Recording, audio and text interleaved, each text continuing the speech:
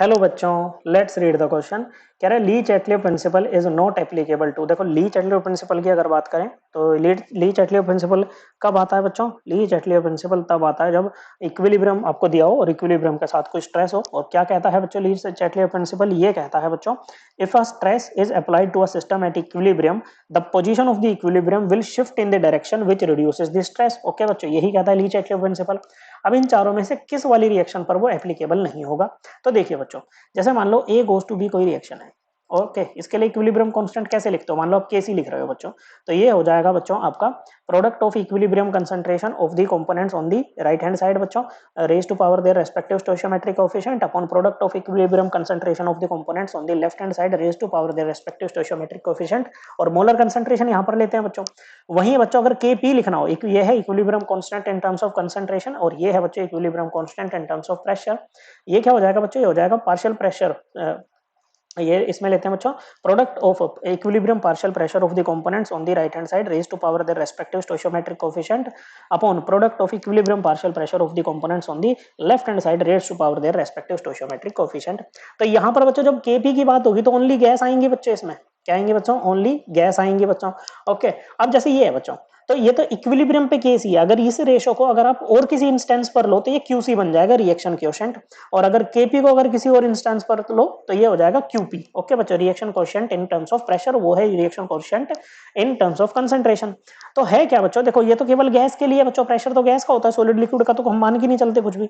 और वहीं यहां पर हम किसकी कंसंट्रेशन पुट करते हैं बच्चों? यहां पर ये जरूरी है कि किसकी नहीं पुट करते हैं बच्चों। यहां पर हम कभी भी pure solid and pure liquid को नहीं लेते हैं। किसको नहीं लेते हैं बच्चों? Pure solid and pure liquid को नहीं लेते हैं, क्योंकि ये जो ब्रैकेट में हम क्वांटिटी पुट करते हैं इसको एक्टिव मास बोलते हैं। एक्टिव मास क्या होता है बच्चों? जो स्पीसीज का अमाउंट रिएक्शन में एक्चुअली पार्टिसिपेट कर रहा है उसको हम क्या बोलेंगे बच्चों? एक्टिव मास बोलेंगे। और प्योर सॉलिड और लिक्विड के लिए जो एक्टिव मास होता है उसको हम क्या मान के चलते हैं बच्चों? कि वो कांस्टेंट रहता है। तो इसके लिए उसको यूनिटी ले लेते हैं। क्या ले लेते हैं बच्चों? यूनिटी ले लेते हैं। अगर ए और बी आपके सॉलिड होंगे तो आपका केसी या कह लो इक्विलिब्रियम कांस्टेंट 1 आ जाएगा बच्चों। क्या आ जाएगा? 1 आ जाएगा बच्चों। लेते ही नहीं है बच्चों। और इवन क्यूसी और क्यूपी लिखेंगे ना तब भी इनको नहीं लेते हैं बच्चों। तो है क्या? ली चैटलियर प्रिंसिपल कब आएगा बच्चों? सपोज करो ये आपका एक्वस था, ओके, और ये भी आपका एक्वस था, ओके, और केसी आया। अब आपने इसमें कुछ छेड़छाड़ कर दी तो ये केसी की ये बच्चों रेशो चेंज हो जाएगी। और चेंज होते ही अब आप इसको केसी नहीं कहोगे, केसी तो इसका इक्विलिब्रियम पे कहेंगे बच्चों। ओके, तो जैसे ही चेंज हुई तो क्यूसी बन गया। ये क्या बन गया बच्चों? ये रेशो अब क्यूसी बन जाएगी बच्चों। तो एडजस्टमेंट तो भाई दोनों की डिफरेंट वैल्यू होगी बच्चों। देखो इक्विलिब्रियम पे क्यूसी ही केसी बनता है, और अगर आप इसको छेड़छाड़ करोगे तो एक तरह से क्यूसी बन जाएगा बच्चों। यहाँ पर ओके, क्या हो जाएगा? क्यूसी बन जाएगा, क्योंकि भाई इक्विलिब्रियम तो डिस्टर्ब हो गया ना, इक्विलिब्रियम तो रहा नहीं बच्चों।